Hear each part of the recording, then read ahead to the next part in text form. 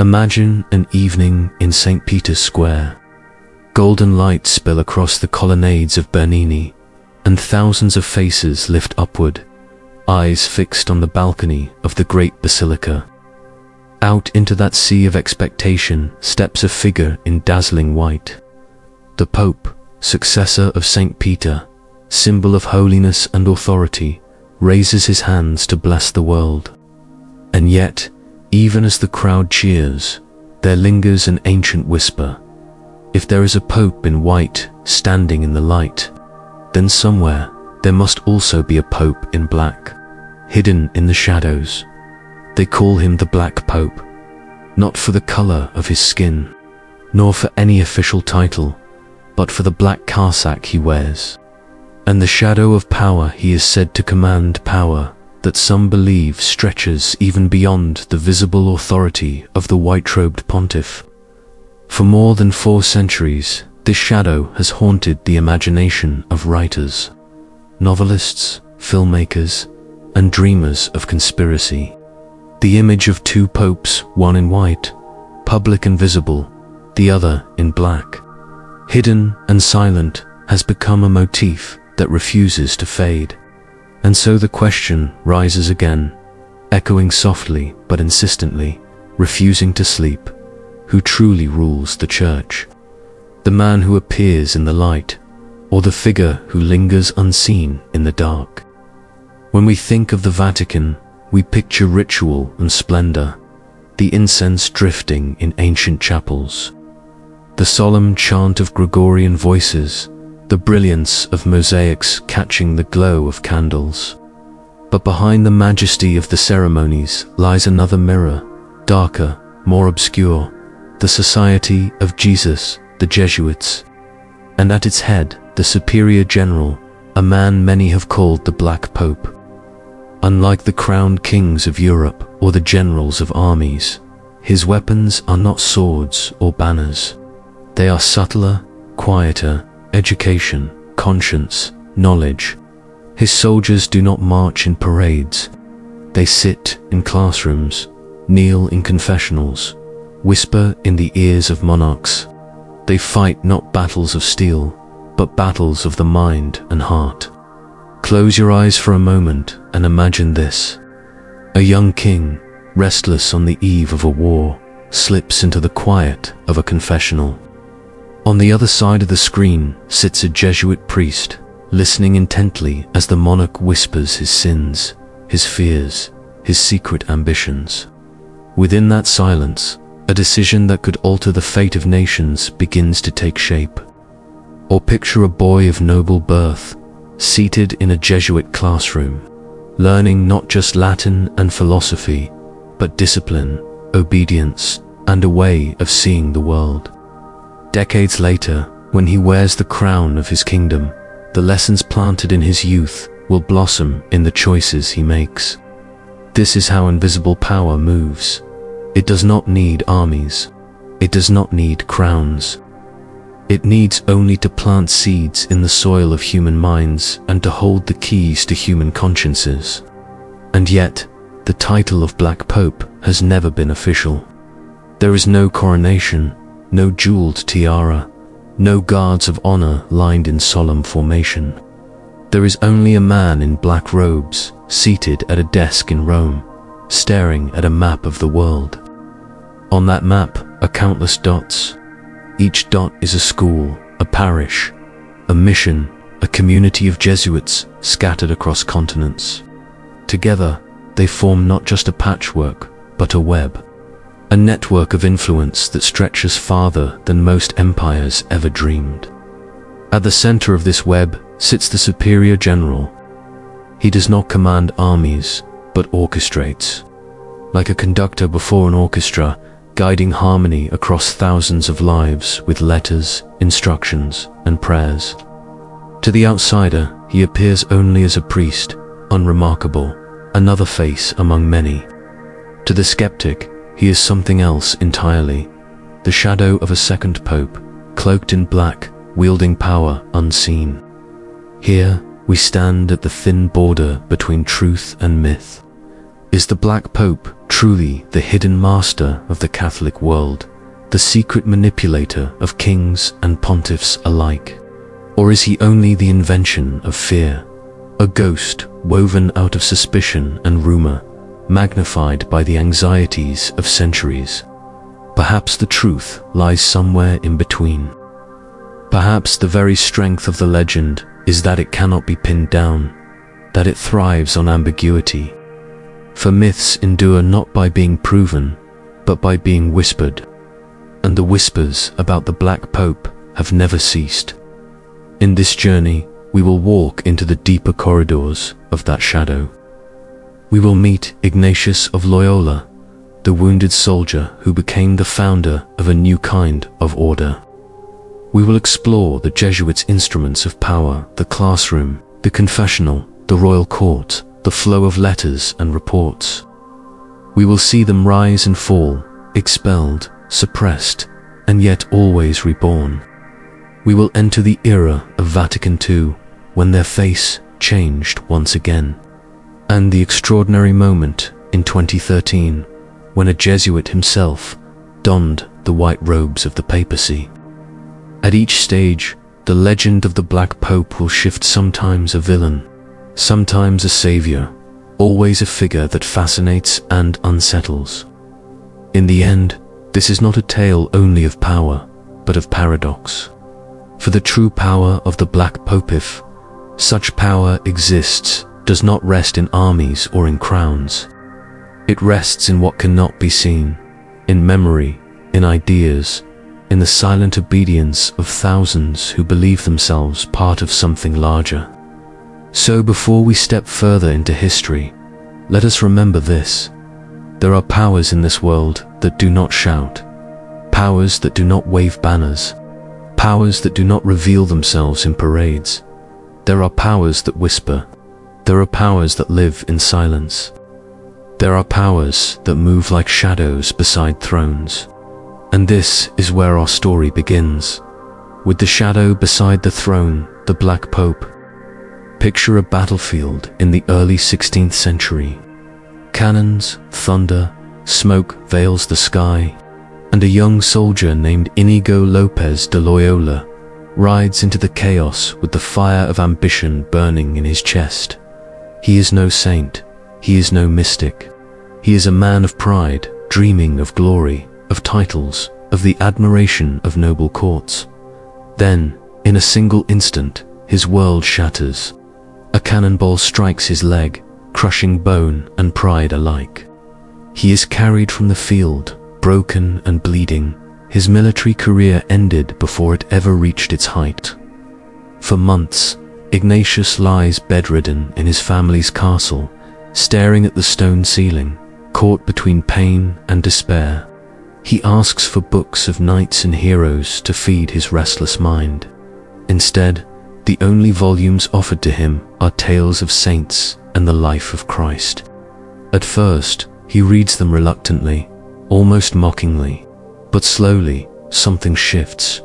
He notices a difference in the way his heart reacts. When he imagines the life of knights, the pleasure fades quickly, leaving him hollow. But when he imagines following the path of saints, a quiet, lasting peace lingers. It is here, in the stillness of his convalescence, that a new soldier is born, not for kings or empires, but for a kingdom beyond this world. When Ignatius finally rises from his sickbed, he is not the man he once was.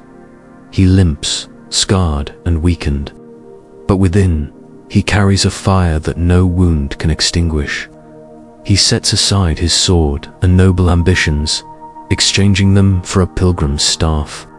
He travels to Montserrat, kneels before the Black Madonna, and leaves his weapon at her altar. From soldier of Spain, he has become soldier of Christ. Yet his transformation is not an escape into silence.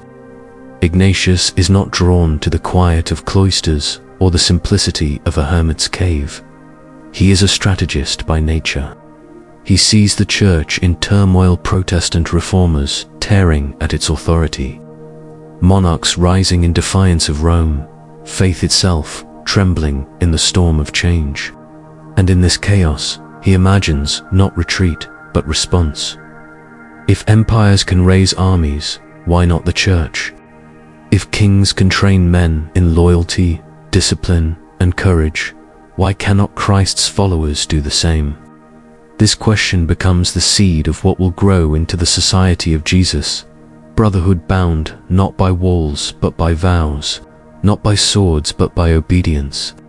Ignatius gathers companions, men of intellect, passion, and restless spirit. Among them are Francis Xavier, the fiery missionary who will carry faith to India and Japan, and Peter Faber, gentle yet brilliant, who becomes a master of guiding souls. Together, they kneel in Paris in the year 1534, pledging vows of poverty, chastity, and obedience. But they add something more, something radical.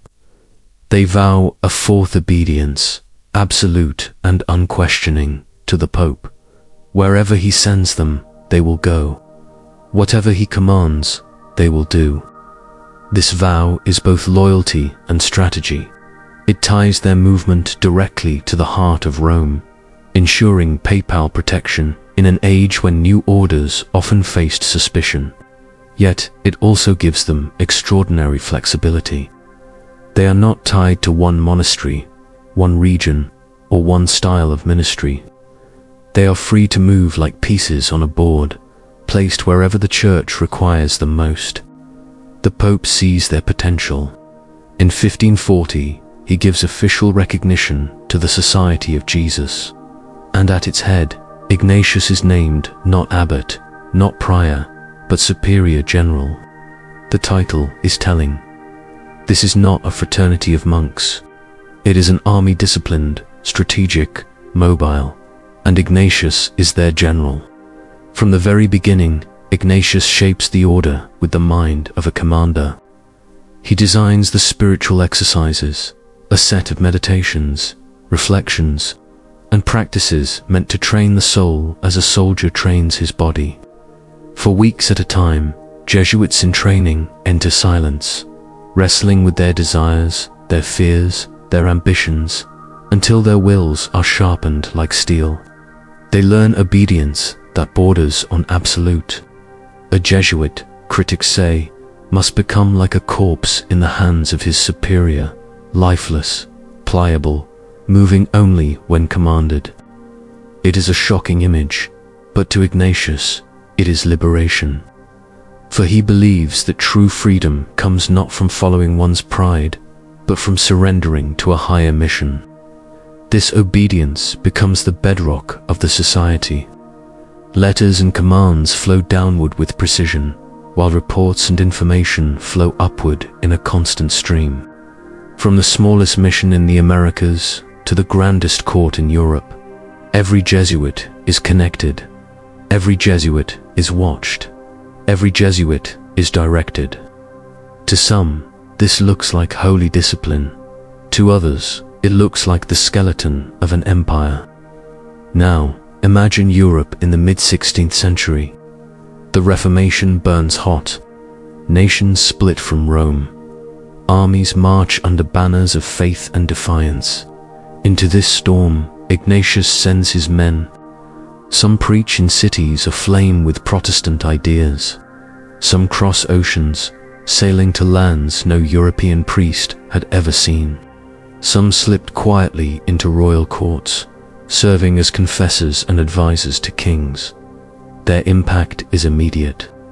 They win debates with reformers through calm reasoning and sharp logic. They open schools whose graduates will one day govern empires.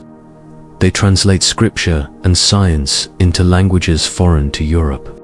And always, behind them, in a modest room in Rome, sits the superior general reading reports, sending instructions, orchestrating the movement of men like pieces in a global game of strategy.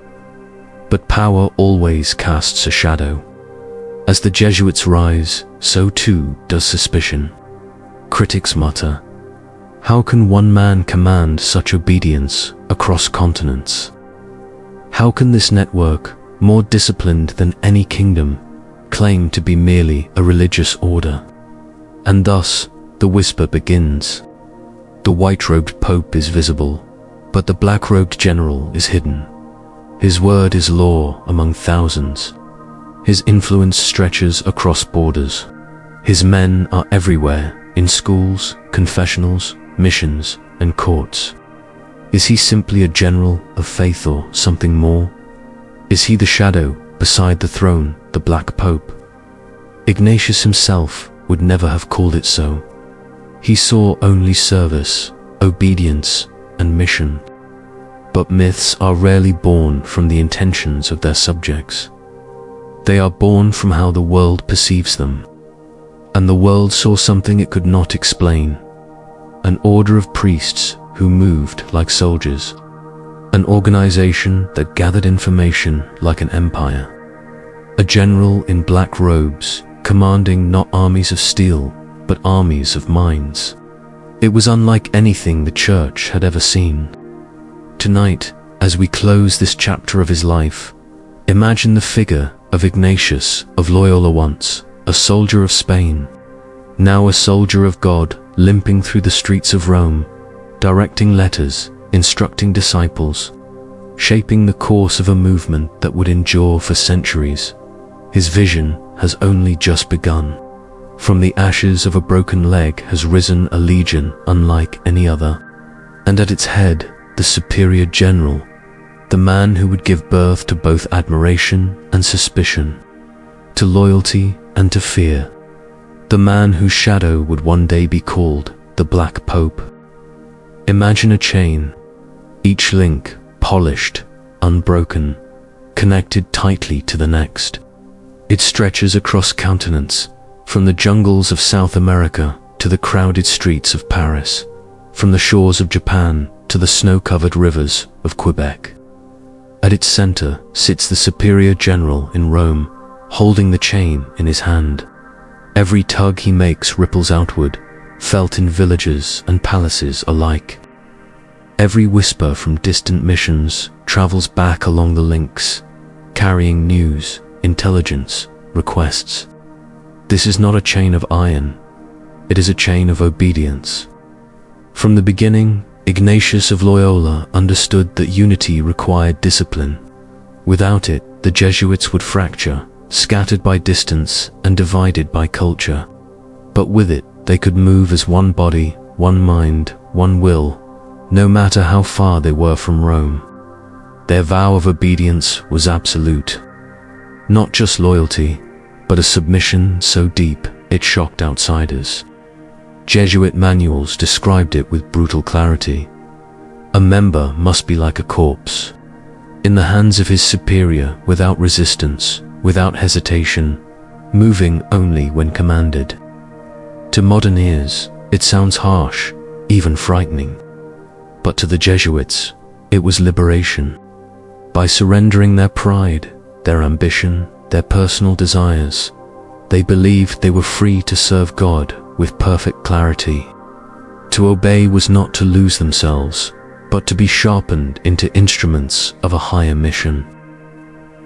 Picture a missionary in China in the year 1580. He has spent months carefully building relationships with local officials, crafting strategies for dialogue. Then, one day, a letter arrives from Rome. His superior instructs him to change course immediately. Without protest, he abandons months of work and begins anew. To an outsider, this looks like waste, even madness. But to the Jesuit, it is proof of unity. One man's sacrifice aligns him with thousands of brothers. Together, they remain one body, no matter the cost. This was the genius and the controversy of Jesuit obedience. Critics feared it deeply. Kings and princes saw in the Jesuits a kind of invisible army, more loyal to their general in Rome than to any crown. Pamphlets spread across Europe painting Jesuits as puppets, manipulated by a single hand. They whispered that Jesuit obedience was not holy discipline, but dangerous submission, that if the superior general willed it, His followers would defy any monarch, overthrow any government, betray any oath. And so the legend grew. If the Pope in white ruled openly with ritual and decree, then the Pope in black ruled secretly, commanding thousands who would obey without question. But there was another side. For supporters of the society, this obedience was not tyranny, it was strategy. It allowed flexibility that few organizations could match. Jesuits were not rigid soldiers marching in lockstep. They adapted, they blended, they disguised. A Jesuit in India might wear the silk robes of a scholar to gain an audience with a local court. A Jesuit in France might adjust his teaching to suit political winds. A Jesuit in the New World might learn indigenous languages, adapting rituals to bridge cultural gaps. All these variations looked different, but behind them pulsed the same vow: obedience to the mission, obedience to Rome, obedience to the general. This paradox, rigid unity and fluid adaptability, was what made the Jesuits formidable. They were, in essence, an army without swords, a brotherhood bound not by weapons but by will. Now imagine the desk of the superior general in the 17th century. Upon it lies a stack of letters, sealed in wax, carried by ships and couriers from every corner of the globe. Reports from missionaries in Peru, updates from schools in Prague, notes from confessors in royal courts. He reads, he considers, he writes. His replies are dispatched back into the world. The chain of obedience tightens, not with force, but with alignment. From the outside, it looks like strategy, even conspiracy. From the inside, it feels like harmony. This ability to act as one gave the Jesuits a power that monarchs envied. A king might struggle to control rebellious nobles. Armies might falter without discipline. But the superior general commanded loyalty so complete that he could move thousands across continents with a precision that seemed impossible. To friends of the order, it was proof of dedication. To enemies, it was proof of danger. The myth of the Black Pope thrived on this tension. For if one man could truly direct so many, then what did that make him? A general without armies, a ruler without a throne, a shadow pope commanding in silence. But obedience was never merely external. It was also inward, spiritual.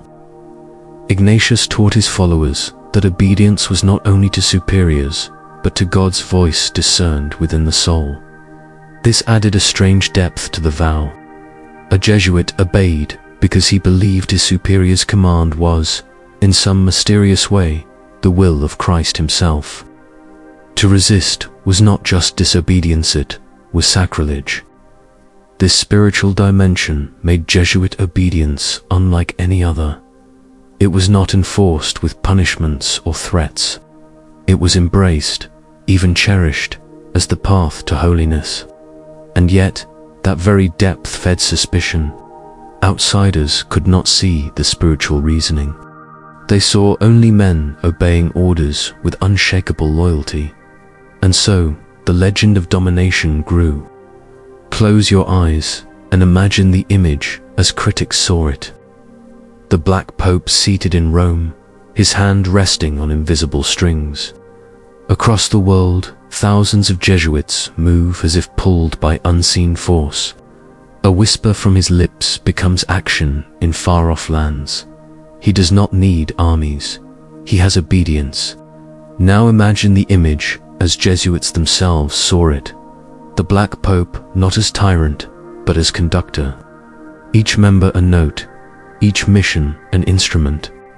His task not to dominate, but to harmonize, to ensure that the great symphony of service remains in tune with its higher purpose. Two perspectives, two stories, both feeding the myth, both shaping the legend. Tonight, as the candlelight flickers low, let us leave this paradox unresolved. Was Jesuit obedience the secret of their strength, the proof of hidden domination? Was it the discipline of Saint Saul, the submission of pawns? Perhaps it was both. Perhaps the very thing that made the Jesuits powerful also made them feared. For obedience, when seen from one side, is devotion. From the other, it is control. And somewhere in between stands the Black Pope, holding the chain in his hands, seen by some as the guardian of unity, by others as the master of domination. Imagine a fortress. Its walls are not made of stone, nor guarded by soldiers with swords. Its battlements are chalkboards, its armories are books, its gates are classrooms where children enter every morning. This is the Jesuit fortress, a network of schools and colleges that, from the 16th century onward, would become the beating heart of their influence. When the Society of Jesus was first recognized, Europe stood on the edge of transformation. The Protestant Reformation tore through kingdoms, pulling nobles and commoners alike away from Rome. Monarchs debated whether loyalty belonged to Pope or to Prince. The Church, battered and shaken, needed not only warriors of faith, but architects of the mind. Ignatius of Loyola saw it clearly. The greatest battles would not be fought on fields of blood, but in classrooms, in the minds of the young. If the future of nations was being shaped, it was being shaped in schools. And so, he ordered his companions to build not just missions, but centers of learning. From the beginning, these schools were different. They were open not only to priests or nobles, but often to lay students, even sons of merchants and artisans who could never have dreamed of such education before. Inside their walls, the Jesuits taught grammar, rhetoric, philosophy, theology, and most striking for their time, science and mathematics. But education for the Jesuits was never neutral. Each lesson carried a hidden structure, a rhythm of thought carefully designed to form not just knowledge, but worldview. The Ratio Studiorum, published in 1599, was their master plan. A detailed blueprint for teaching, it laid out step by step what students would study, how teachers would discipline, how arguments would be framed. It was not only a curriculum, it was a system of shaping minds, slayed, precise, enduring. Now imagine a young boy in a Jesuit classroom. He copies Latin verses, recites Aristotle, debates philosophy with his peers. But beneath the surface, something deeper is taking root. Discipline, loyalty, a sense of order. He learns not only how to think, but how to think within boundaries set by his teachers. Decades later, when this boy has become a minister in the court of France or a general in the army of Spain, the habits remain. The fortress of the school continues to echo in his decisions, in the way he argues, in the way he leads. The effect was staggering. By the late 16th century, Jesuit colleges dotted Europe, multiplying with a speed that alarmed their critics. In Italy, France, the German states, Poland, Spain, and beyond, they became the most prestigious centers of learning. Soon, they spread overseas. In Asia, Jesuits introduced Western science and astronomy to imperial courts, teaching Chinese scholars the art of European star maps. In the Americas, they taught indigenous youth alongside settlers' children, weaving local languages into catechisms. In Africa, they laid the groundwork for missions that blended faith with culture. Everywhere they went, the classroom became their fortress, invisible yet indestructible. But behind the chalk and ink, critics saw something darker. They accused Jesuit schools of being less about learning and more about loyalty. A child taught by Jesuits, they claimed, was not just educated, he was trained, molded into a subtle servant of the order. Kings grew suspicious. Were Jesuit schools teaching loyalty to the crown or to Rome? Were these fortresses of knowledge also fortresses of influence, preparing a generation not only to think but to obey?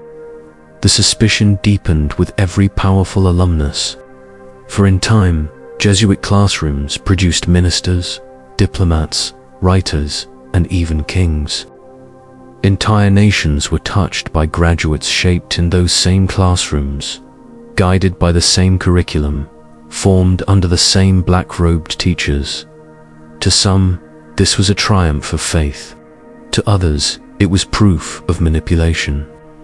Consider this image, a map of Europe in the 17th century. After Mark's Jesuit collegist, so many that the network begins to resemble the web of a spider, stretched across nations, reaching into every corner of power.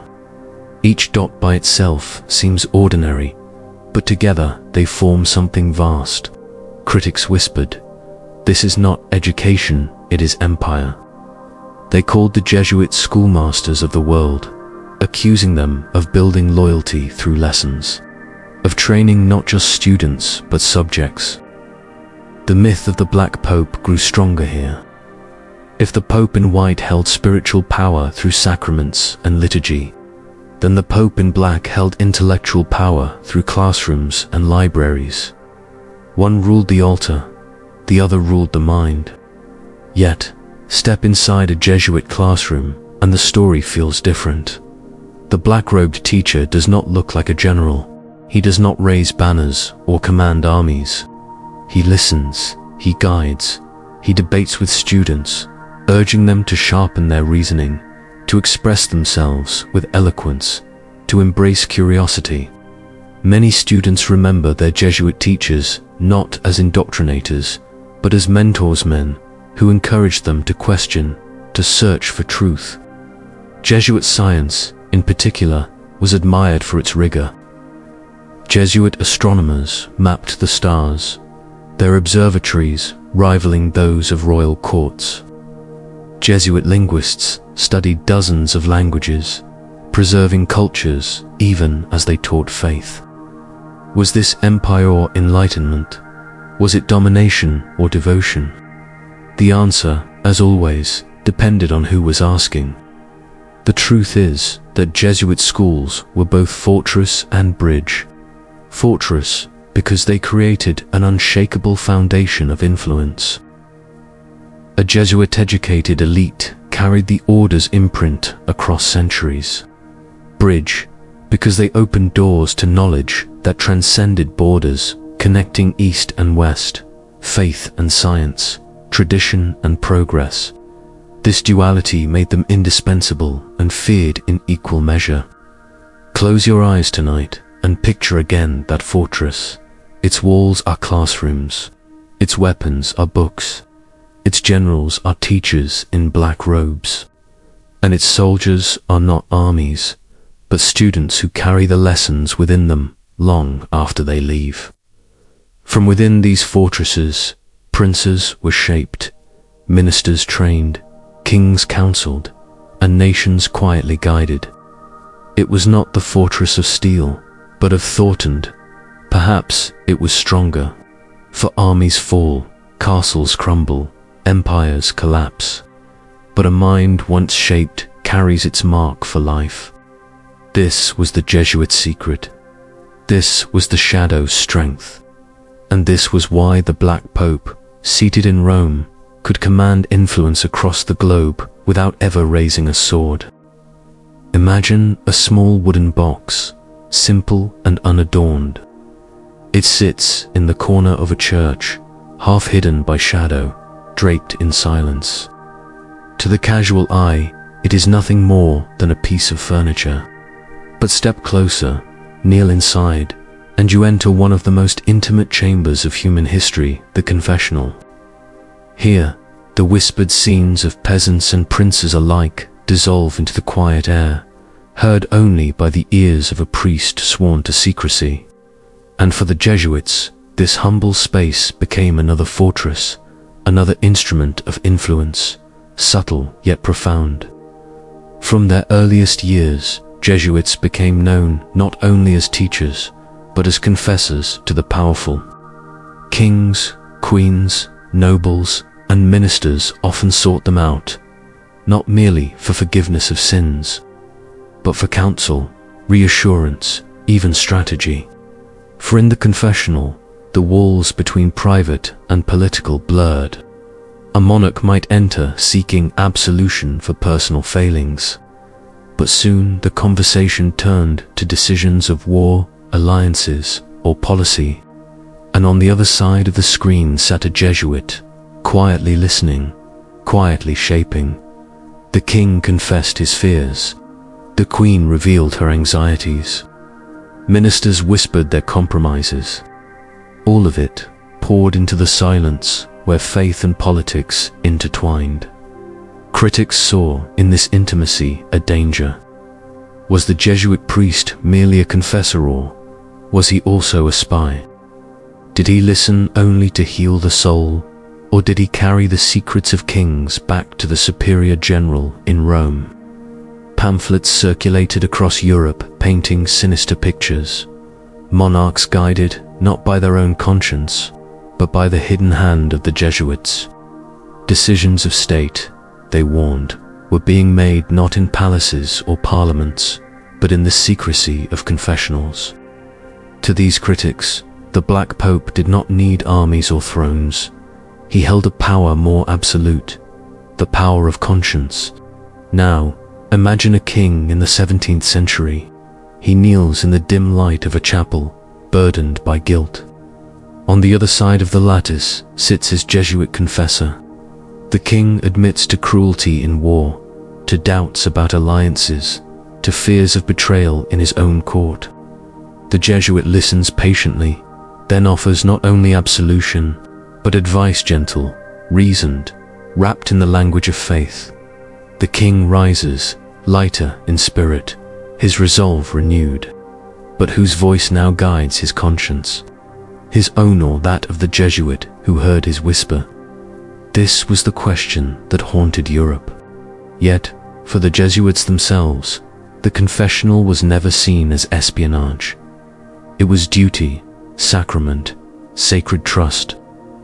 They insisted that their role was to guide souls toward God, not to manipulate politics. Many Jesuits went to their graves defending the sanctity of the seal of confession, refusing to reveal even the gravest secrets. And still, suspicion lingered. For the power of the confessional lay not in betrayal, but in influence. Even if a priest never reported a word, the very act of guiding a king's conscience shaped history. Wars might be delayed, treaties softened, executions reconsidered, all because of words whispered in a box of wood and silence. Consider the image. A battlefield may decide who lives and who dies. A throne room may declare war or peace. But in the confessional, a single whisper may shift the heart of the one who commands both battlefield and throne. Power here is unseen, invisible, and therefore, to many, more dangerous. The Jesuits became especially famous for this role in France. For decades, their priests served as confessors to the Bourbon kings, including Louis XIII and Louis XIV. The Sun King himself, radiant in splendor, bowed his head before a Jesuit confessor in moments of doubt and sin. Critics fumed. If the Jesuits hold the king's conscience, do they not also hold the kingdom? Similar patterns appeared in Spain, Austria, and Poland. Again and again, the whisper returned. The confessional is not merely a place of forgiveness, but a throne of influence. Supporters, however, painted a gentler picture. They argued that Jesuit confessors often acted as brakes on royal excess, urging mercy, compassion, and restraint. Without them, kings might have been harsher, greedier, more tyrannical. If Jesuits influenced monarchs, they insisted it was usually toward humility and responsibility. Perhaps both were true. Perhaps, in some courts, Jesuits tempered cruelty. Perhaps perhaps in others, they reinforced loyalty to Rome. History, like confession, is never simple. And so, the myth of the Black Pope grew. Not only was he seen as commander of classrooms, shaping the young, not only as general of missions, sending priests across seas. Now he was imagined as the hidden hand behind the throne, his voice carried through the conscience of kings. For what crown could rival the power of a voice that speaks to a ruler in the deepest chamber of his soul? Close your eyes and picture this scene. In a darkened chapel, candles flicker. A king kneels, his crown set aside, his voice breaking with confession. The Jesuit priest listens, invisible in shadow, his words quiet yet steady. Outside, nations wait for the monarch's decision. Inside, the course of history bends beneath the weight of whispered conscience. To the world, it looks like ritual. To the myth, it looks like control. The confessional became, in the imagination of Europe, another fortress of the Jesuits. Not of walls or weapons, but of whispers. A fortress where rulers laid down their pride, where decisions of empires were sifted through the hands of unseen priests. This was the strength of the myth. It transformed ordinary acts into extraordinary symbols. A priest in a confessional became not just a spiritual guide, but a strategist in disguise. A whisper of forgiveness became the spark of a conspiracy. As we leave this chapter tonight, the image lingers. The Black Pope does not appear in palaces with banners or soldiers. He sits instead in the shadow of a small wooden box. Through his priests, he listens, he counsels, he forgives. And in doing so, he touches the hearts of kings and queens who hold the fates of nations in their hands. The confessional, a fortress not of power over land, but of power over conscience. A fortress where whispers may matter more than armies. Picture a royal court. Golden chandeliers cast light upon polished marble floors. Courtiers whisper in clusters, jewels glitter, robes sweep across the hall. At the center sits a throne. Upon it, a monarch draped in velvet and authority. Beside the throne stands not a general with a sword, nor a minister with parchment, but a priest in simple black robes, a Jesuit. His presence is quiet, his voice measured, his demeanor humble. But in this silence lies influence greater than armies. For the king listens, the queen listens, and when the rulers of nations lend their ears, the course of history bends. From their earliest years, the Jesuits became not only confessors of kings, but counselors. They wrote letters advising monarchs on matters of faith, law, and diplomacy. They sat at the edge of councils, their words subtle but sharp. Some served as official advisors, others as private confidants.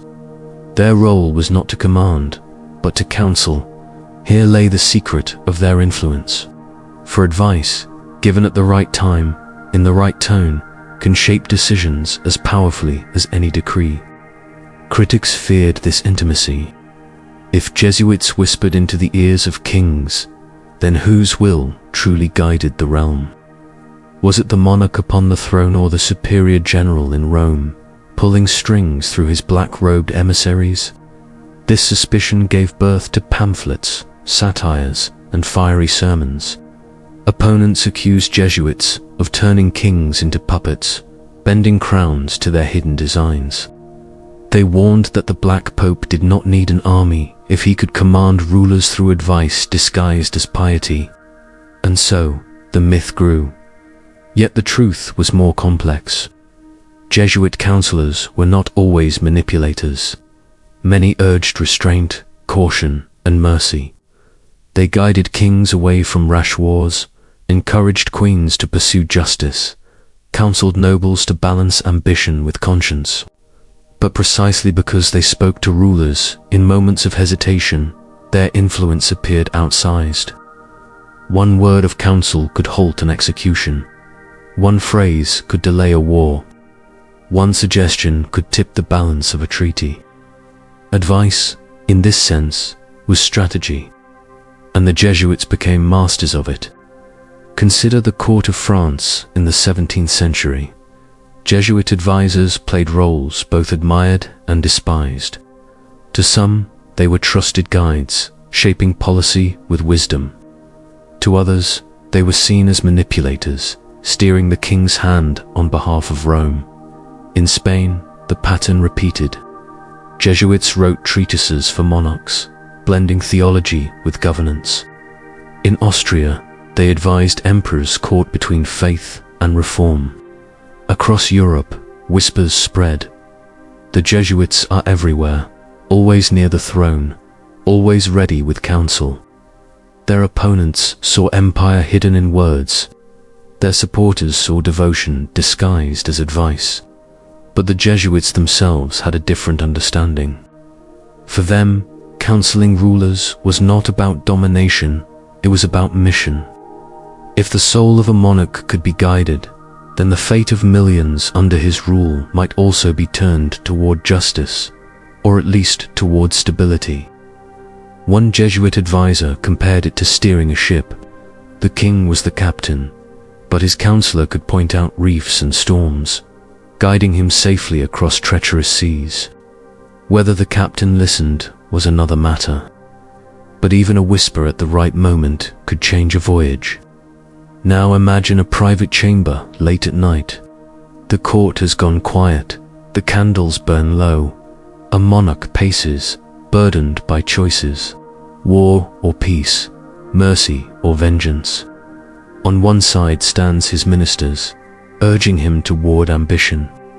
On the other side stands his general, pressing for conquest. But in the corner, a Jesuit speaks softly, not in the language of politics, but of conscience.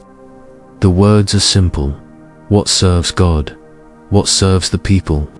What serves the soul of the king himself? And perhaps, in that moment, the monarch pauses. Perhaps he chooses differently. Perhaps the world shifts, silently, by the weight of a single counsel. It is easy to see why the legend of the Black Pope found fertile ground here. For if Jesuits stood beside thrones across Europe, then surely, people reasoned, they must be connected threads in a web stretching back to Rome. Each counselor may seem like an isolated figure, but together they appeared as an invisible network, guided by the hand of their general. To critics, this was nothing less than conspiracy. To supporters, it was providence. And yet, there was danger in this closeness. For when kings stumbled, Jesuits were blamed. When courts turned corrupt, their counselors became scapegoats. Their very presence near power made them targets of suspicion. A monarch's mistake could quickly become a Jesuit's accusation. History remembers both stories. Jesuits praised as wise advisors who urged compassion. Jesuits vilified as schemers, manipulating crowns for hidden ends. The truth lies somewhere in between, an echoing tension between perception and reality. Close your eyes tonight and imagine again that royal court, the king upon his throne, ministers plotting, generals boasting, and in the corner, a quiet priest in black robes, speaking softly. His words do not echo loudly across the hall, but they linger in the heart of the king long after the court has dispersed. That is the power of counsel, not thunderous, but enduring, not visible, but decisive. The Jesuits built no thrones, they wore no crowns, they commanded no armies. But through the confessional, through the classroom, through counsel in the royal court, they shaped the rulers who commanded them all. Was this domination or devotion? Was it strategy or sincerity? The answer, like the myth of the Black Pope itself, remains cloaked in ambiguity. For in the end, what is advice but the gentlest of chains? Invisible, voluntary, yet binding all the same. Imagine a desk in Rome in the 17th century. Upon it lies not jewels or weapons, but parchment stretched wide across the table, a map. Lines trace coastlines, still rough with guesswork. Dots mark cities, villages, missions, schools. Curves of ink sketch rivers and mountains, some barely known to European eyes.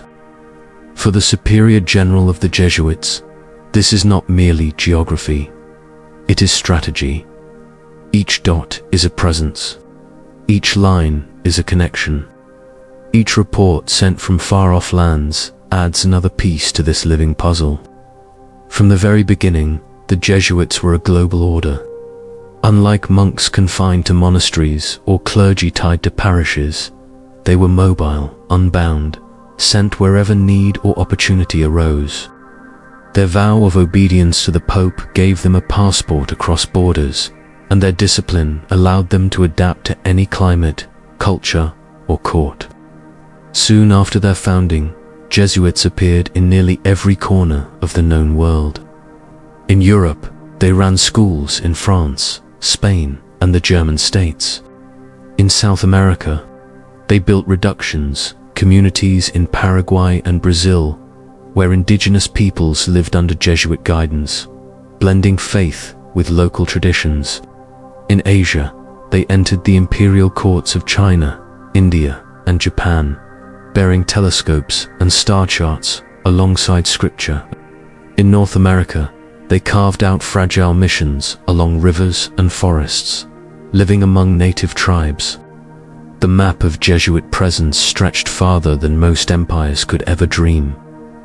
But it was not just presence, it was placement. Jesuits seemed to choose their locations with uncanny precision at cultural crossroads, at political capitals, at trade routes where goods and ideas converged. A mission in Goa connected Europe to Asia. A school in Paris trained men who would govern colonies overseas. A community in Quebec stood at the meeting point between Europe and indigenous nations of the New World. The Jesuits understood what monarchs and merchants often forgot. Knowledge flows with geography. To stand at a crossroads is to hold the power of the road itself. And so, their map was more than parchment. It was intelligence. Every mission sent back reports letters filled with details about local rulers, customs, resources, and politics. A Jesuit in China described the structure of imperial examinations. Another in Brazil wrote of new plants and medicines. A missionary in Africa sent word of trade patterns and tribal alliances. Over time, the superior general's desk became an archive of the world, richer than that of many kings. The Black Pope, critics said, commanded not only men but knowledge and empire of information. Consider the irony. Monarchs with armies often knew less about their colonies than the Jesuits did. A king might receive vague reports from his governors, filtered through layers of politics. But the superior general held direct letters from priests living in villages, courts, and battlefields. The Jesuits became, in effect, the world's first global intelligence network, quiet, disciplined, and loyal to Rome. Was this mission or espionage? Was it service or strategy? Critics certainly thought it dangerous. They accused the Jesuits of building a state within a state, a hidden empire stretching across oceans, governed not by kings but by the superior general. To them, each dot on the map was not just a mission, but a fortress of influence. And indeed, the adaptability of Jesuits fueled suspicion. When expelled from one kingdom, they would reappear in another. If France turned hostile, Spain offered refuge. If Brazil became difficult, Paraguay opened its doors. They moved like water, flowing into cracks, always present, never gone. Enemies called it slipperiness, proof of conspiracy. Friends called it resilience, proof of divine mission. Now, close your eyes and imagine again the superior general at his desk. He traces a line across the oceans, connecting mission to mission, school to school. Each dot is small on the map, but together they form a web network so wide that even the largest empires pale beside it. This is why the myth of the Black Pope found strength in geography, because maps do not lie, and when one man's influence is drawn across continents, the image resembles empire, whether or not armies march under its banner. But the Jesuits were not only collectors of knowledge, they were also transmitters. Through their letters, science traveled with faith. Jesuit astronomers introduced European star charts to China and brought back Chinese observations of comets. Jesuit botanists studied plants in South America and carried new medicines to Europe. Jesuit linguists preserved indigenous languages, writing grammars and dictionaries still studied today. They became bridges between worlds, carrying information in both directions. A lecture in Rome could be inspired by reports from Mexico. A debate in Paris could be shaped by experiences in Japan. The Jesuit map was not only a network of places, it was a network of ideas. Supporters hailed this as a gift. They saw Jesuits as cultural translators, mediators between civilizations. Critics, however, saw a subtler form of control. By controlling the flow of knowledge, they argued Jesuits shaped not only what the world knew, but how it understood itself. A mission, then, was not just about saving souls, it was about collecting data. A school was not just about education, it was about training elites. A map was not just geography, it was strategy. The image of the Black Pope, seated in Rome with his map, became a powerful symbol. He appeared not as a monarch of armies, but as a conductor of a vast web of presence. His empire had no borders, yet it touched all borders. His power was not to conquer lands, but to know them, and in knowing them, to guide them. Critics trembled at this vision, supporters marveled, and the myth endured. Tonight, as the candle burns low, picture again that map. Ink lines stretch across oceans, dots scatter across continents.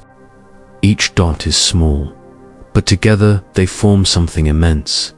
When kings raised armies, their banners faded with defeat.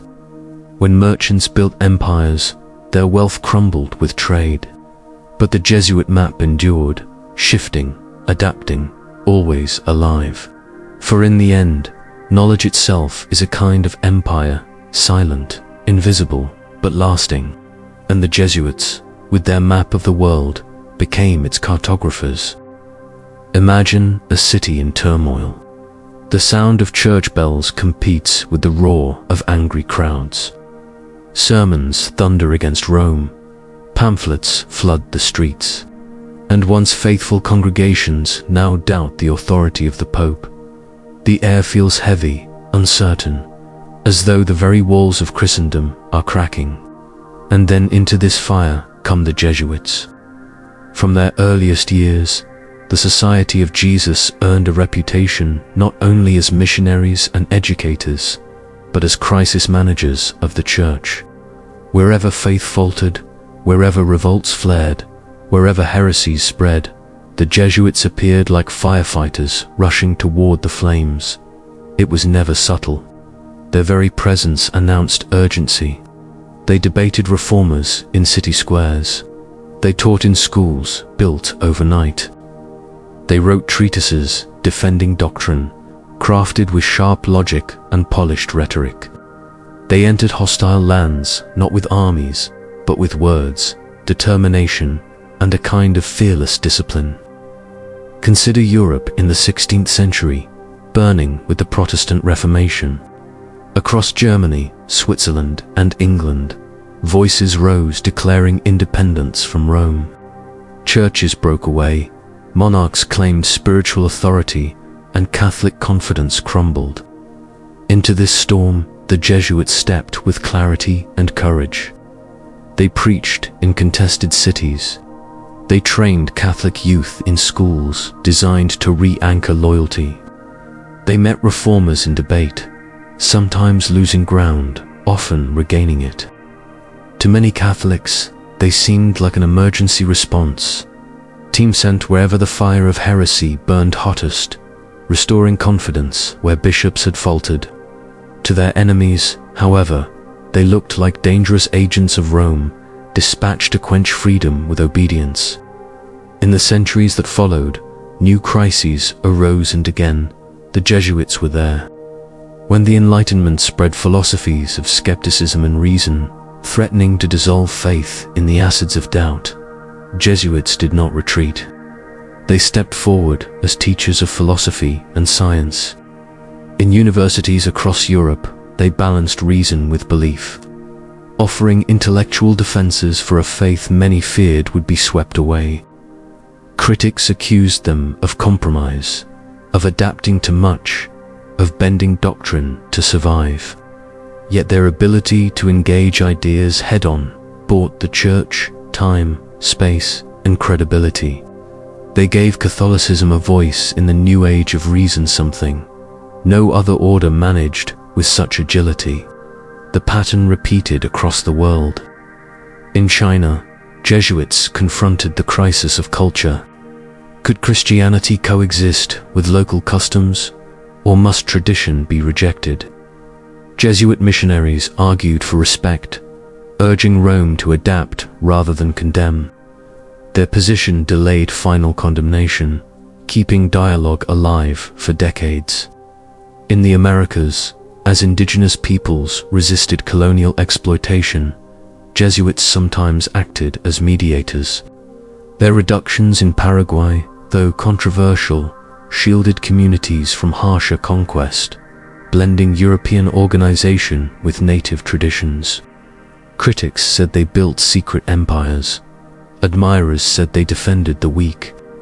Either way, their presence turned crisis into conversation. By the 20th century, the stage had changed, but the role remained.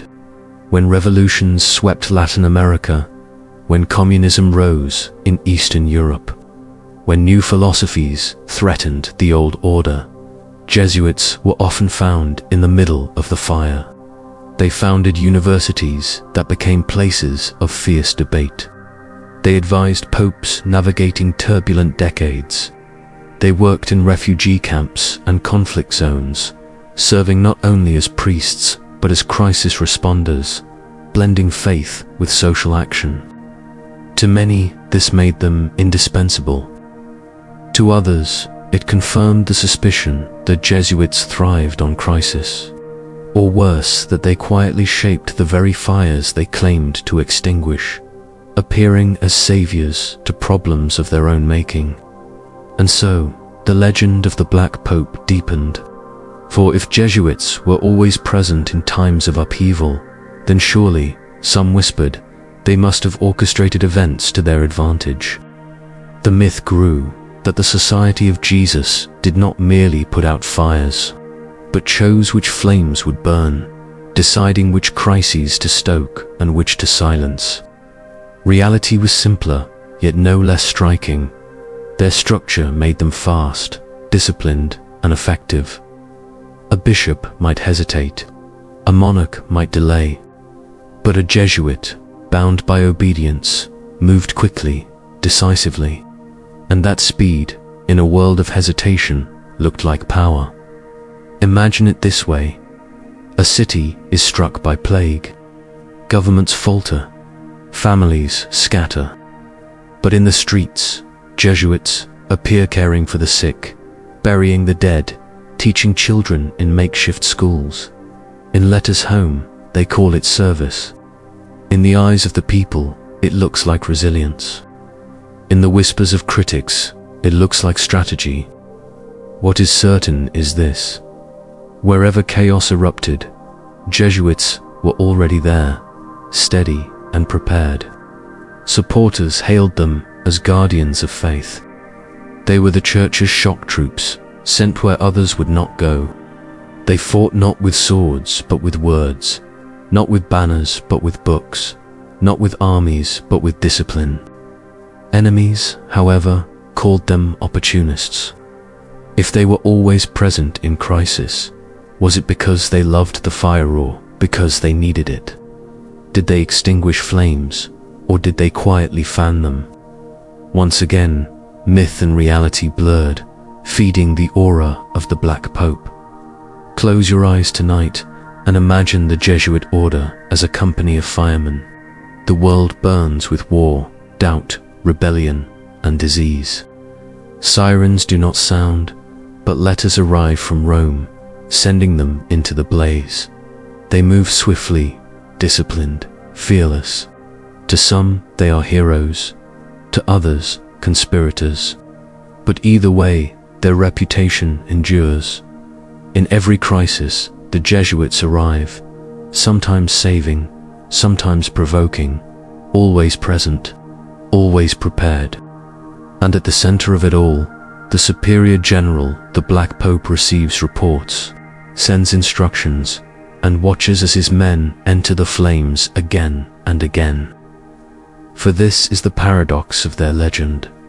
The Jesuits are both healers and fire starters, both guardians and suspects, both protectors and threats. And this paradox is why the Black Pope has remained such a powerful symbol, not because he commanded armies, but because his order appeared wherever history cracked, wherever the fire of crisis burned brightest. Imagine an actor stepping onto a stage. The lights are dim, the audience restless, and in the center of the performance stands not a king or a soldier, but a priest in black robes. Some in the crowd cheer, others hiss. Every word he speaks draws admiration from one side, suspicion from the other. For centuries, the Jesuits lived on a stage of public opinion, cast alternately as heroes and villains, saints and schemers.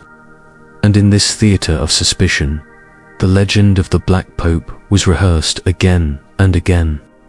From their earliest days, the Jesuits attracted enemies. Their rapid growth, their closeness to kings, their network of schools and missions, each success provoked rivals.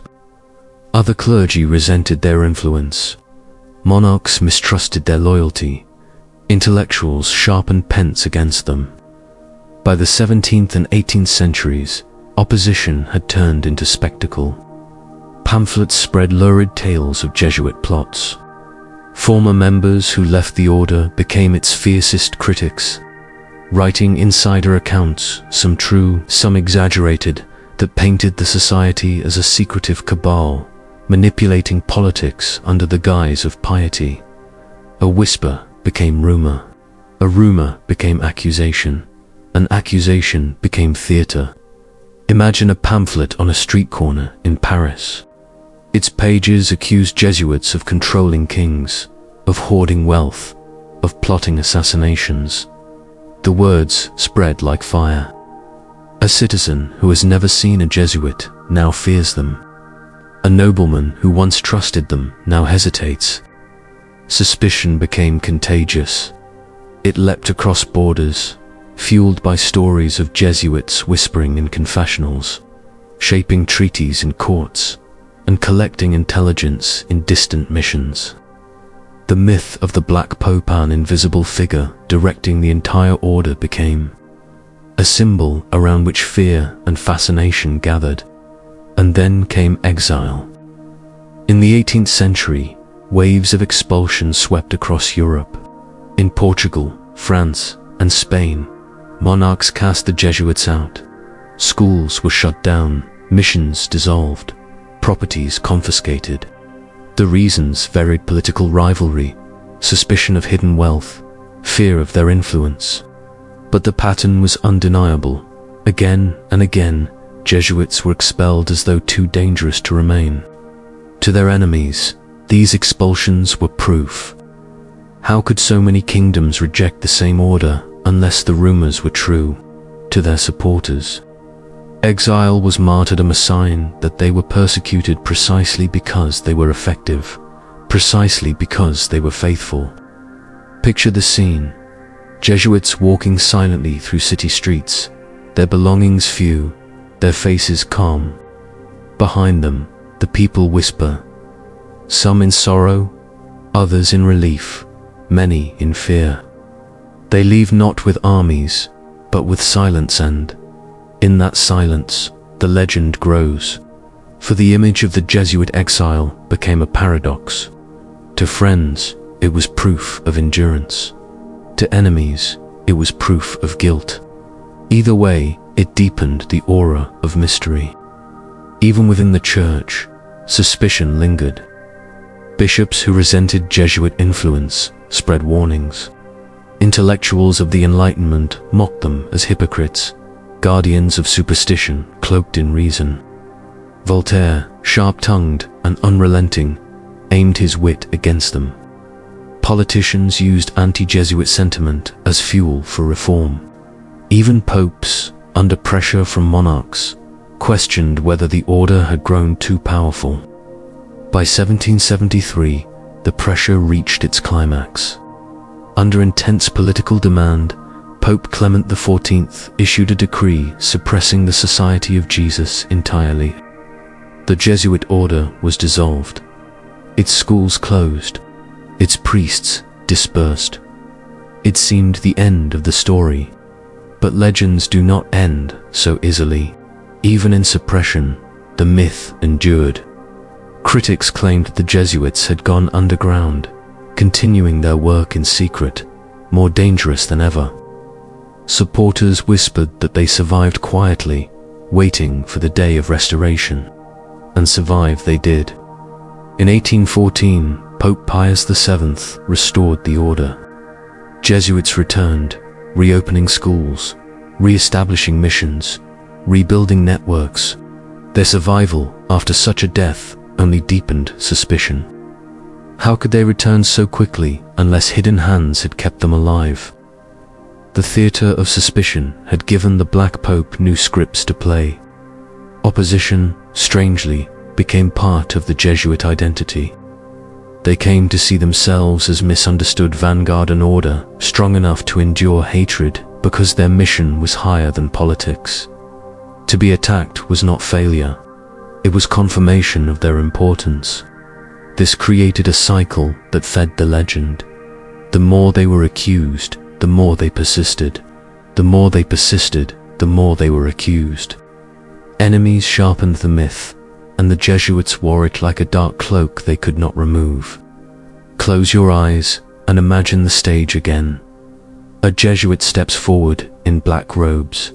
Some in the audience throw roses, others throw stones. Above the stage, in shadow, the unseen figure of the Black Pope is imagined, perhaps orchestrating, perhaps merely watching. No one can say for sure, and that uncertainty is what keeps the theater alive. In time, suspicion spread beyond religion. The Jesuits became symbols in novels, plays, and political tracts. They were cast as villains in conspiracies, guardians of secret archives, manipulators of revolutions. Their real history mattered less than the role they played in imagination. This is the theater of suspicion, a place where reality and rumor blur, where every act of loyalty can be read as treachery, and every act of service as strategy. Tonight, as the candle flickers low, remember this: the Jesuits did not need to write their own legend. Their enemies wrote it for them. Their exiles carved it into history. Their critics gave them the aura of secrecy. And the Black Pope, whether real or myth, remained at the center of the performance. A symbol that absorbed all suspicion, all whispers, all fears. The stage was never empty. The play never ended. And the echoes of suspicion still linger in the theater of history. Imagine a chapel lit by candlelight.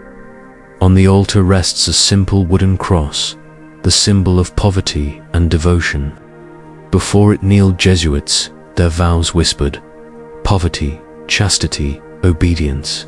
And yet step outside the chapel, look at the world around them, and the picture grows more complicated. For the Jesuits built schools, missions, and universities across continents. They traveled oceans, printed books, advised kings. All of this required money, steady, reliable streams of wealth. And where there is money, there is always suspicion. From their earliest days, the Jesuits were accused of holding hidden fortunes. How, critics asked, could an order sworn to poverty fund missions in Asia, schools in Europe, and communities in South America?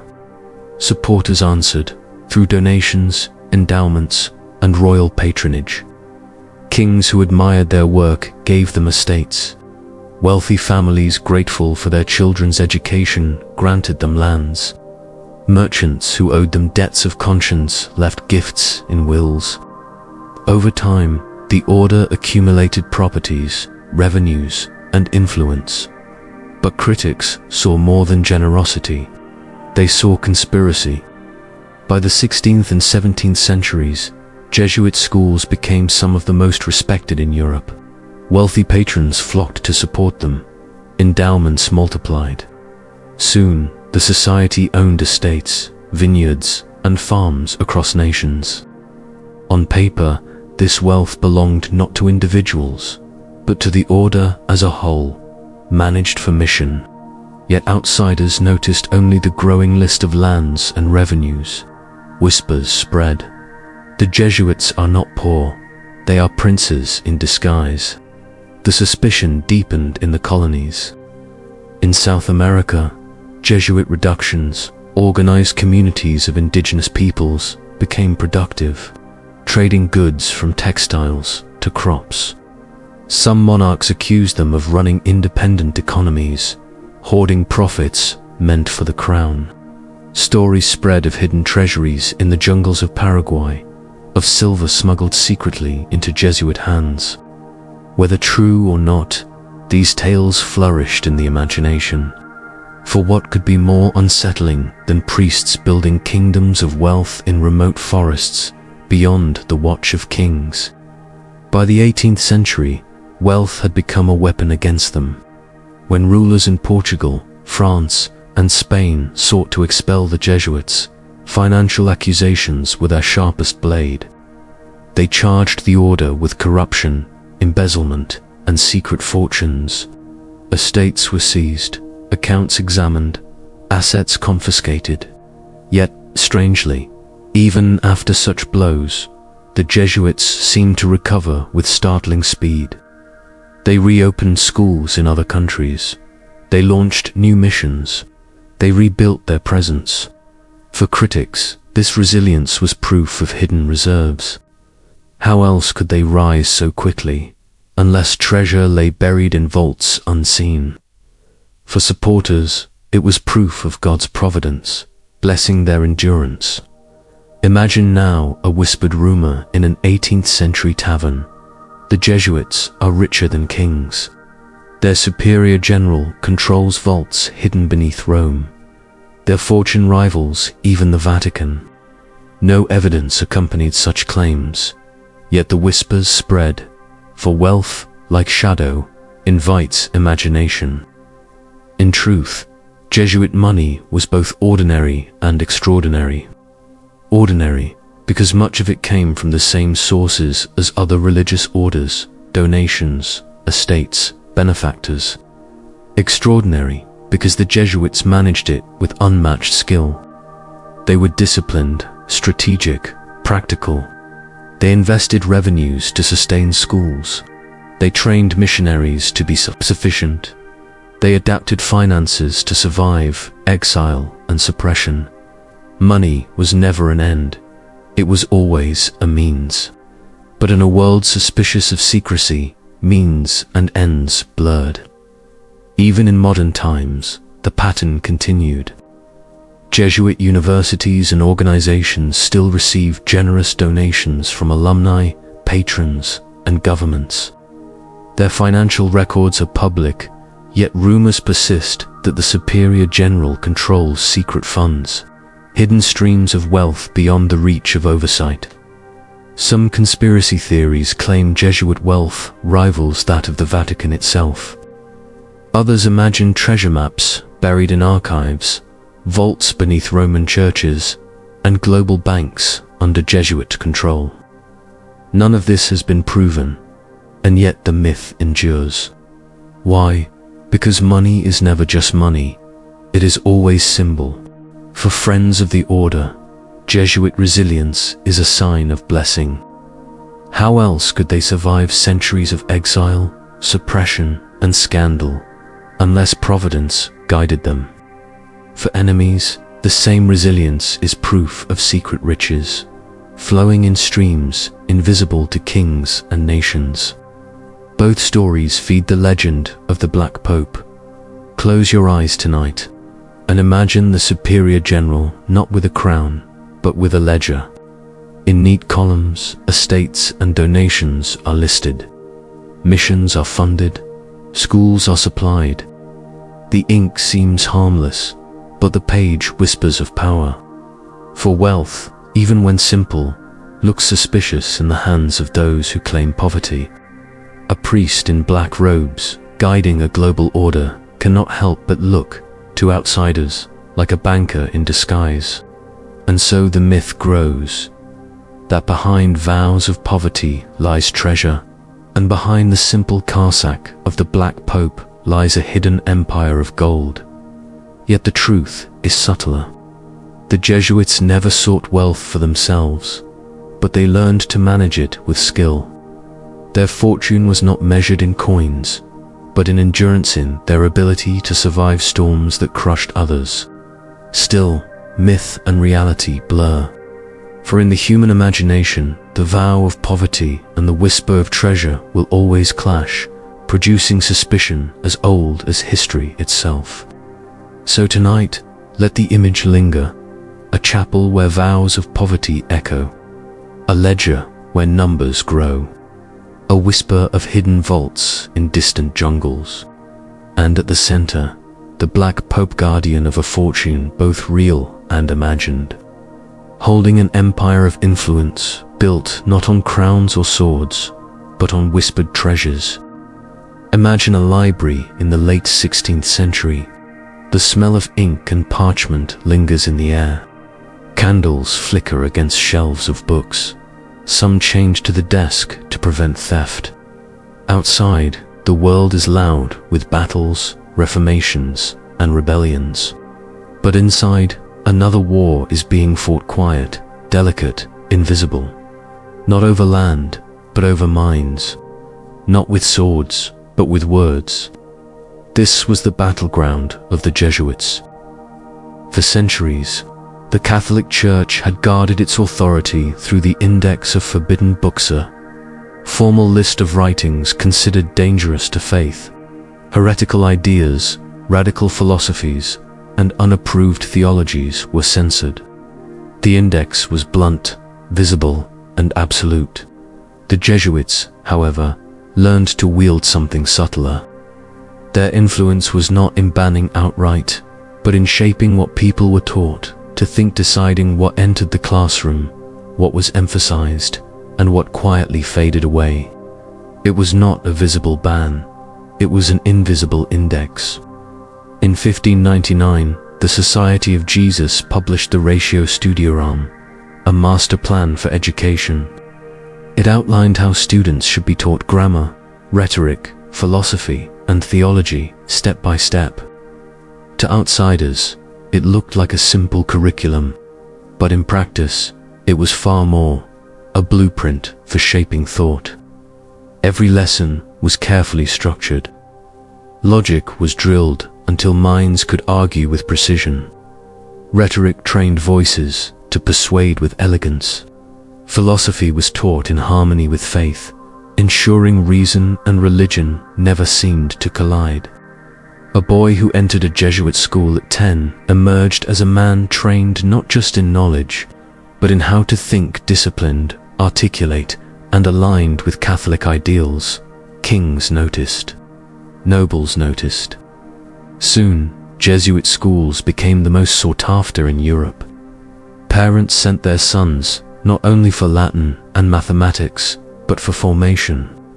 They wanted princes molded into rulers, ministers shaped into strategists, clerks trained into statesmen. What began as education became a form of influence. For in every student, the Jesuits planted not just facts, but frameworks. And frameworks last far longer than lessons. Imagine again a classroom.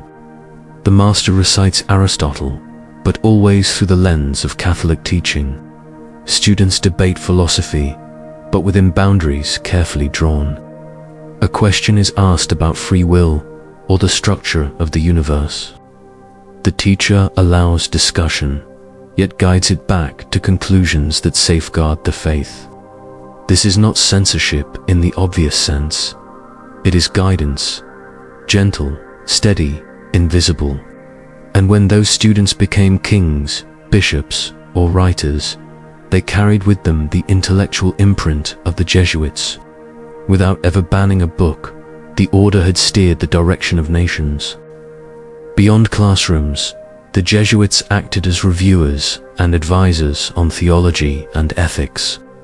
Popes and bishops often asked them to evaluate controversial works. A Jesuit's opinion could mean the difference between a book spreading widely or vanishing quietly. They did not always need to condemn. Sometimes, a quiet word of caution was enough. Other times, they suggested revisions, reshaping arguments until they fit acceptable boundaries. This, too, was the invisible index at work. Not by force, but by subtle influence. By deciding which ideas flourished and which withered unseen. The influence extended further into science and philosophy. Jesuit scholars were among the leading astronomers, mathematicians, and linguists of their age. They mapped the stars, charted the heavens, and compiled grammars of exotic tongues. Their work was admired even by rivals, but admiration came with suspicion. For the Jesuits were not neutral scientists, they were priests. Their discoveries, their teachings, were always filtered through a theological lens. Did they explore the stars to understand God's creation? Yes, but did they also guide how others interpreted those discoveries? Equally yes. Here again, the invisible index, shaping not only what was known, but how it was framed. Critics accused the Jesuits of manipulation. They claimed the order decided which ideas were safe for the people, which questions should be pursued, and which buried in silence. To them, the Black Pope was less a general of priests and more a librarian of the world's thoughts, erasing dangerous lines before they could ignite rebellion. Supporters, however, argued the opposite. They said the Jesuits were guardians, keeping reason and faith in balance. While others sought to tear down the church with reckless ideas, the Jesuits ensured progress without chaos.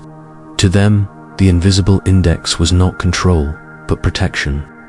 The power of this method lay in its subtlety. When books are banned, curiosity grows. When voices are silenced, whispers spread. But when ideas are shaped at the root, when they are taught differently from the very beginning, no rebellion stirs. For people never realize another possibility existed. It was influence hidden in plain sight. A school curriculum, a lecture, a theological review ordinary on the surface, but together forming a quiet wall, steering thought across generations. Even in modern times, the pattern continues. Jesuit universities emphasize critical thinking, social justice, and intellectual freedom. Yet by choosing what to emphasize, they still guide the boundaries of conversation. A syllabus is never neutral. A curriculum is always a filter. And so the invisible index remains, less obvious than the forbidden lists of the past, but perhaps more effective. For it does not forbid ideas.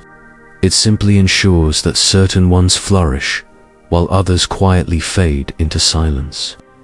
Close your eyes tonight and imagine not a library of banned books, but a classroom of young minds, learning in ways they cannot yet perceive. The master guides their debates, their essays, their questions. Decades later, when they sit on thrones or write books, they will speak with voices shaped long before. This is the hidden architecture of thought. This is how the Jesuits built their empire of influence. Not by forbidding, but by framing. Not by silencing, but by guiding. And at the center of it all, the superior general, the so-called Black Pope, who oversees not soldiers, but scholars, not weapons, but words, not armies, but ideas. In the legend of the Black Pope, gold and secrets may capture attention, but perhaps the truest treasure of the Jesuits was never in vaults or archives. Perhaps it was here in classrooms, confessionals, and reviews of theology that their greatest power lay. The power to decide not just what people read, but how they thought. An invisible index, a fortress built not of stone, but of thought itself. Picture a candlelit stage in a 17th century theater. The curtains rise. A figure in black robes enters calm, deliberate, unreadable. The audience stirs. They may not know his name, but they recognize the silhouette. He is a Jesuit, or rather, the Jesuit as imagined by rumor, accusation, and fascination. He speaks softly, yet every word feels like command. From the earliest years of the Society of Jesus, the order lived not only in classrooms and missions, but in the imagination of others. Enemies whispered stories of secret councils, hidden wealth, and blind obedience. Supporters defended them as holy soldiers of Christ. But outside those debates, something else was happening. The Jesuits were becoming characters. In the 16th and 17th centuries, pamphlets circulated across Europe, often written by rivals or exiles. They painted Jesuits as sinister plotters, men who whispered into the ears of kings and bent nations to their will. These pamphlets were not dry reports. They were written like dramas, filled with intrigue, betrayal, and secrecy. It was not long before theater borrowed these images. On stage, Jesuits appeared as confessors, pulling strings behind thrones, or as cunning adversaries cloaked in humility. To audiences already suspicious of Rome's power, these characters felt believable. Drama exaggerated reality, but in doing so, it cemented the archetype. The Jesuit became not merely a priest, but a symboler, shadow on the edge of power. By the 19th century, novels had replaced pamphlets as the medium of the masses. Writers discovered in the Jesuits a ready-made cast for their plots. They were perfect for thrillers and mysteries, disciplined, secretive, intelligent, everywhere yet nowhere. In some stories, the superior general became a mastermind, directing events from a hidden chamber in Rome. In others, he was cast as a dark mirror of the Pope himself, Black Pope whose commands shaped the world. These novels rarely cared for historical truth. They cared for atmosphere, candle-lit rooms, whispered instructions, the sense that behind every visible decision stood an invisible hand.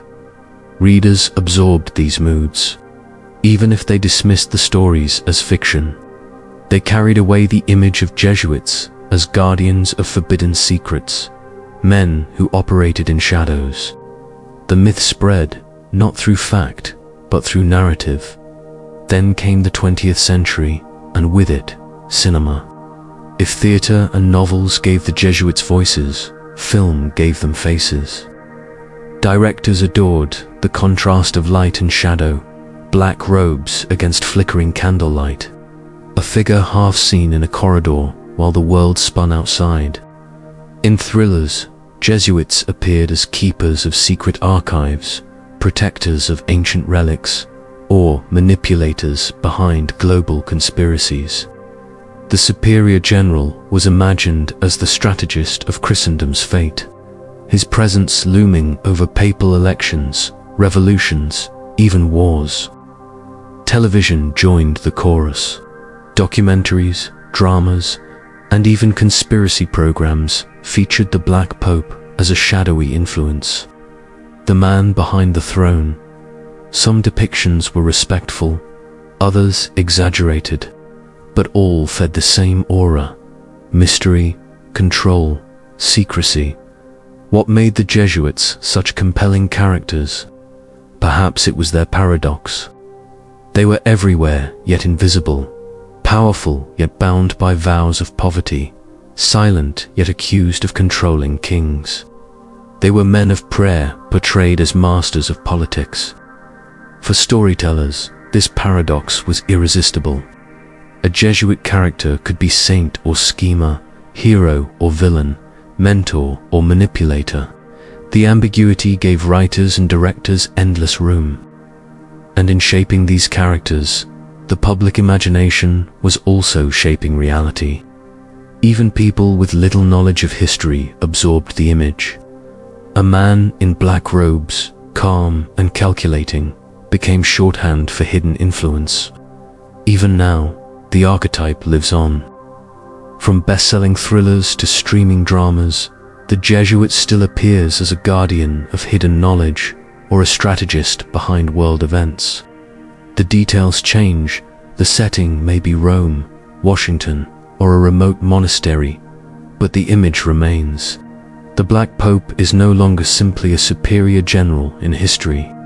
He has become a symbol of secrecy itself, a figure audiences recognize instinctively. Supporters of the society protest these portrayals. They argue that such myths reduce complex history to caricature. Jesuits are scholars, teachers, missionaries, not puppet masters. Their real work lies in classrooms and parishes, not in dimly lit chambers plotting world events. Critics counter that myths reflect truths, even if distorted. The very discipline and global reach of the Jesuits lend themselves to suspicion.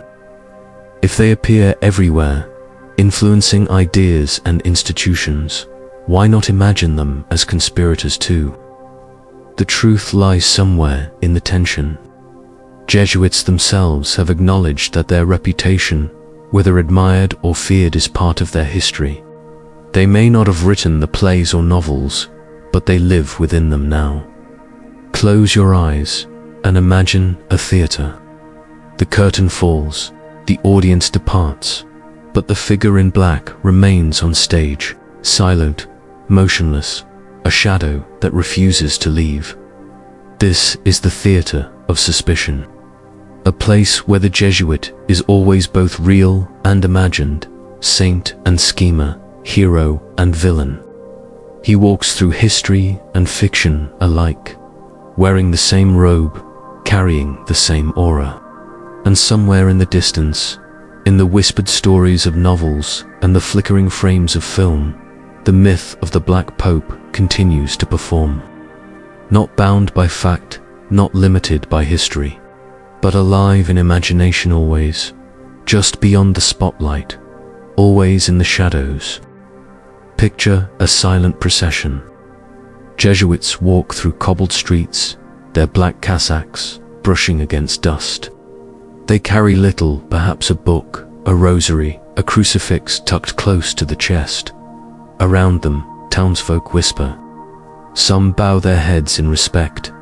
Others spit, muttering curses under their breath. At the city's edge, soldiers escort them further, toward exile. This scene repeated itself across the centuries. In Portugal, in France, in Spain, monarchs ordered them out. Bishops denounced them, pamphlets accused them, and yet, each time, the Jesuits carried their silence like a shield. From their earliest years, the Society of Jesus drew suspicion as much as admiration. Their success in schools, their influence at courts, their discipline in missions, what others saw as virtues, critics framed as threats. Why, enemies asked. Should one order hold so much power? Why should priests guide the consciences of kings, educate future rulers, and whisper into the ear of popes? Suspicion became their shadow, following them wherever they went. The 17th and 18th centuries were an age of pamphletship. Fiery writings circulated in marketplaces and taverns. Many of these targeted the Jesuits. They accused the order of ambition, manipulation, and secret agendas. They claimed Jesuit confessors controlled monarchs from behind the screen. They painted Jesuit schools as factories for loyal soldiers of Rome. They described their superior general as the hidden master of Europe. Truth mattered little. What mattered was perception, and pamphlets spread perception like wildfire. Suspicion became law in the 18th century. One by one, the crowns of Europe turned against the society. 1750. Menos Portugal. The Jesuits were accused of treason, blamed for political unrest. They were expelled, their properties seized. 1764. France. Philosophers of the Enlightenment, hostile to clerical influence, pressured the crown. Jesuit schools were closed, their libraries confiscated. 1767 Spain. Rumors spread that Jesuits were behind riots. The king expelled them overnight, sending thousands into sudden exile. In each case, accusations varied: political intrigue, financial corruption, manipulation. But beneath the surface, the theme was the same: fear of their influence. How could a group of priests, loyal not to king or parliament, but to a superior general in Rome, be trusted? To rulers already insecure, the Jesuits looked less like servants and more like rivals. And yet, exile never destroyed them. When they were expelled from Portugal, they found refuge in Italy. When France cast them out, they rebuilt in Germany and Poland. When Spain sent them away, they reappeared in the Americas. Like water, the Jesuits flowed into cracks left by politics. Their network bent but did not break. Their obedience allowed them to reorganize quickly, moving like a single body across continents. This resilience fed suspicion further. How could they survive every exile unless secret power sustained them? For their friends, the answer was providence. For their enemies, it was conspiracy. Perhaps the sharpest attacks came not from outsiders, but from former insiders. Ex-Jesuits who left the order sometimes became its fiercest critics. Their testimonies, whether honest or bitter, carried the weight of credibility. They described strict obedience as tyranny. They portrayed the superior general as a dictator. They claimed the order's discipline erased individuality and turned men into puppets. Rivals seized on these accounts, publishing them widely. Suddenly, personal grievances became public scandal, and rumors turned into accusations with the ring of truth. The Enlightenment fanned the flames. Thinkers like Voltaire sharpened their pens against the order, mocking Jesuit casuistry and accusing them of hypocrisy. Philosophers argued that Jesuit influence kept minds in chains, preventing the rise of reason. To the Enlightenment, the Jesuits represented everything dangerous about religious authority: secrecy, manipulation, and blind obedience. Expelling them was framed not as persecution, but as liberation. What is striking is how the accusations mirrored Jesuit strengths. Their discipline was called domination. Their global network was labeled conspiracy. Their loyalty was painted as civility. Their adaptability was seen as manipulation. In truth, the very traits that made them effective also made them feared. Admirers saw strategy, enemies saw scheming. Supporters saw obedience. Critics saw puppetry. It was a mirror one in which Jesuits appeared either as saints or as shadows, depending on the gaze. Suspicion reached its climax in 1773, when Pope Clement XIV, pressured by Catholic monarchs, issued a decree suppressing the Society of Jesus entirely. Schools closed, missions ended, Jesuits scattered, and yet like a phoenix, they returned. In 1814, Pope Pius VII restored the society. The exiles returned to their schools and missions, as if the years of suppression had been a long pause rather than an end. To their supporters, this was divine vindication. To their critics, it was proof that the Jesuits were indestructible, a hidden empire reborn. Close your eyes and picture once more the procession of exiles. They walk with heads bowed, their footsteps fading into distance. Townsfolk whisper behind them, some with pity, others with fear. Yet centuries later, the order still stands, their presence woven into the world's fabric. Enemies accused them of ambition, rulers exiled them, philosophers mocked them, and yet the Jesuits endured. In that endurance lies the paradox of suspicion. For every accusation, there is resilience. For every exile, a return. And so the myth of the Black Pope grew not only from their power, but from their survival, always walking in shadows, always reflecting whatever the world most feared. The year is 1962. Inside St. Peter's Basilica, light pours through high windows, dust dancing in beams across the marble floor. Bishops from every continent gather, their voices rising in dozens of languages. The Second Vatican Council has begun, a council meant to open the windows of the Church to the modern world. Among those present are the Jesuits, heirs of centuries of suspicion and legend. For 400 years they had been cast as guardians of orthodoxy, accused of secrecy, manipulation, and control. But now the world is shifting. The stage is no longer Europe alone. The spotlight falls on poverty, human rights, and global injustice. The Jesuits must choose: remain as guardians of traditional, step into the age of justice. The council transformed Catholicism. Latin gave way to local languages. Altars turned toward the people. The Church spoke of engaging with the modern world instead of retreating from it. For the Jesuits, the changes were seismic. Their long reputation as intellectual defenders of dogma now blended with a call to action. The myth of the Black Pope would not vanish, but it would change its form. The Jesuits would be seen less as conspirators behind kings, and more as radicals walking in the streets. After Vatican II, Jesuit leaders urged their members to live closer to those on the margins of society. No longer only scholars in universities or confessors in royal courts. Jesuits began working in refugee camps, slums, and war zones. In Latin America, they became especially visible. There, the theology of liberation took root. The belief that Christian faith demanded not only prayer, but action against oppression. Jesuits taught peasants to read, organized communities, and defended the poor against exploitation.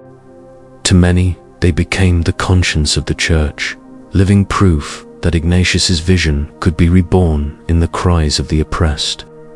But to others, this looked dangerously political. Critics accused them of blending Marxism with Christianity, of disguising revolution as religion. The suspicion that had once painted them as schemers in royal courts now cast them as agitators in the streets. Jesuit universities also changed. They encouraged open debate, dialogue with science, and engagement with non-believers. Critical thinking replaced rote memorization. Students were taught to question, to explore, to search. Some hailed this as the fulfillment of Ignatius's legacy, a faith not afraid of reason. Others worried it was a step too far, that Jesuits were letting the Church's boundaries blur. tension rose between traditionalists and reformers. Once again, Jesuits were accused of being too clever, too willing to bend doctrine. The Black Pope was imagined not as a plotter of empires, but as a strategist of ideas, steering culture through classrooms and lecture halls. In the late 20th century, Jesuit involvement in social justice was not just theory, it was written in blood. In 1989, 6 Jesuit priests in El Salvador, along with 2 women, were brutally murdered for speaking out against violence and injustice. Their deaths shocked the world. For supporters, they became martyrs of conscience, proof that the Jesuits were willing to give their lives for truth. But to their enemies, their deaths confirmed suspicion. These priests were political actors, stirring unrest in the name of faith. The myth of the Jesuits as dangerous influencers survived, reshaped for the age of revolutions and dictatorships. By the end of the 20th century, Jesuits had become a paradox once again. To the poor in Latin America, they were allies. To governments and dictators, they were troublemakers. To universities, they were intellectual pioneers. To critics, they were radicals hiding behind theology. The Black Pope myth adapted. No longer only a shadow in Rome, he was now imagined as a strategist of global change, orchestrating movements of thought and justice. Imagine a Jesuit walking through a crowded street in 1970s Buenos Aires. Around him rise the sounds of protests, trance, drums, footsteps echoing on pavement. He carries no weapon, only a worn Bible and the conviction that faith demands justice. To some, he is a saint. To others, a subversive. The same black robe that once evoked whispers of royal conspiracies now marks him as a revolutionary. The image of the Black Pope survives, not because it is fixed, but because it bends. Once he was the master of whispers in palaces. Now he is imagined as the hidden general of movements that challenge the powers of the modern world. The Jesuits' embrace of social justice did not erase their reputation, it reshaped it. Where once kings accused them of manipulating thrones, now governments accuse them of fueling uprisings. Where once pamphlets called them hypocrites, now politicians called them Marxists. And yet, in their own eyes, they remained loyal to Christ, to the Pope, to the vision of Ignatius.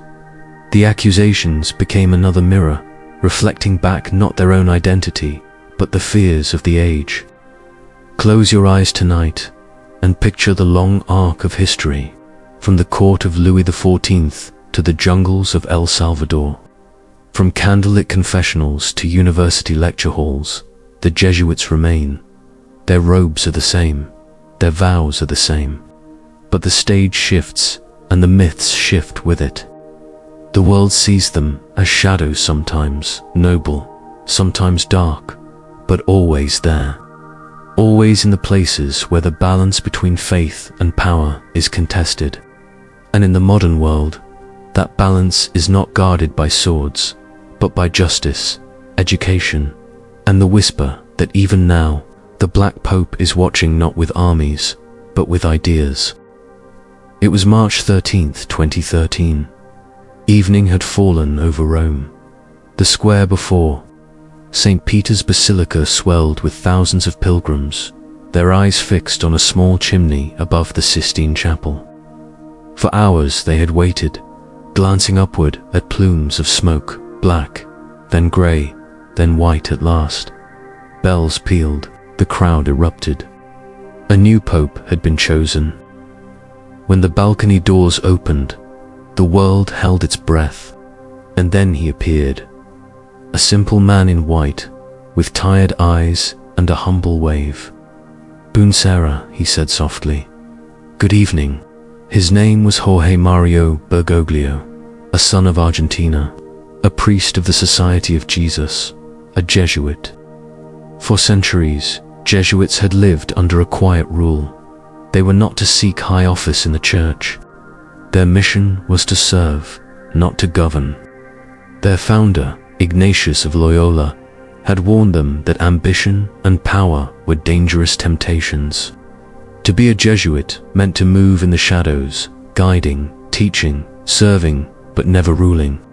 And yet, in that moment on the balcony, the unimaginable had happened.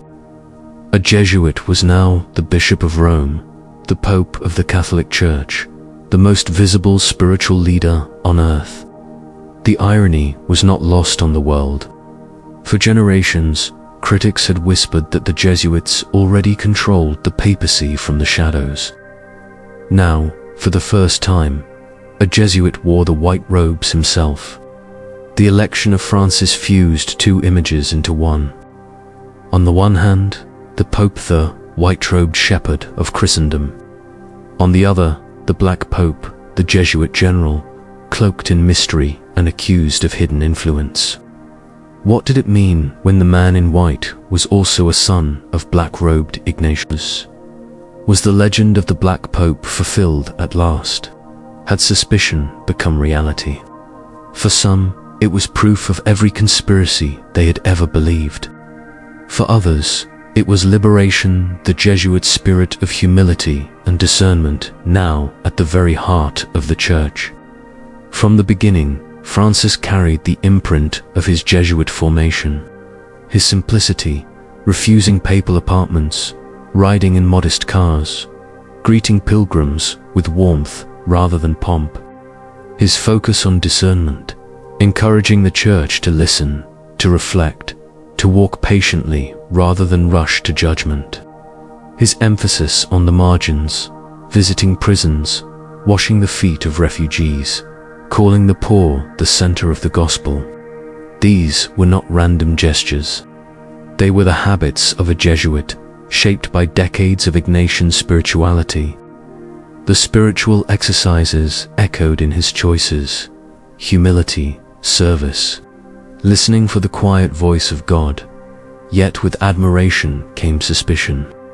Supporters praised him as a breath of fresh air, a reformer who would make the Church more merciful and open. Critics accused him of dangerous change, of undermining tradition under the guise of compassion.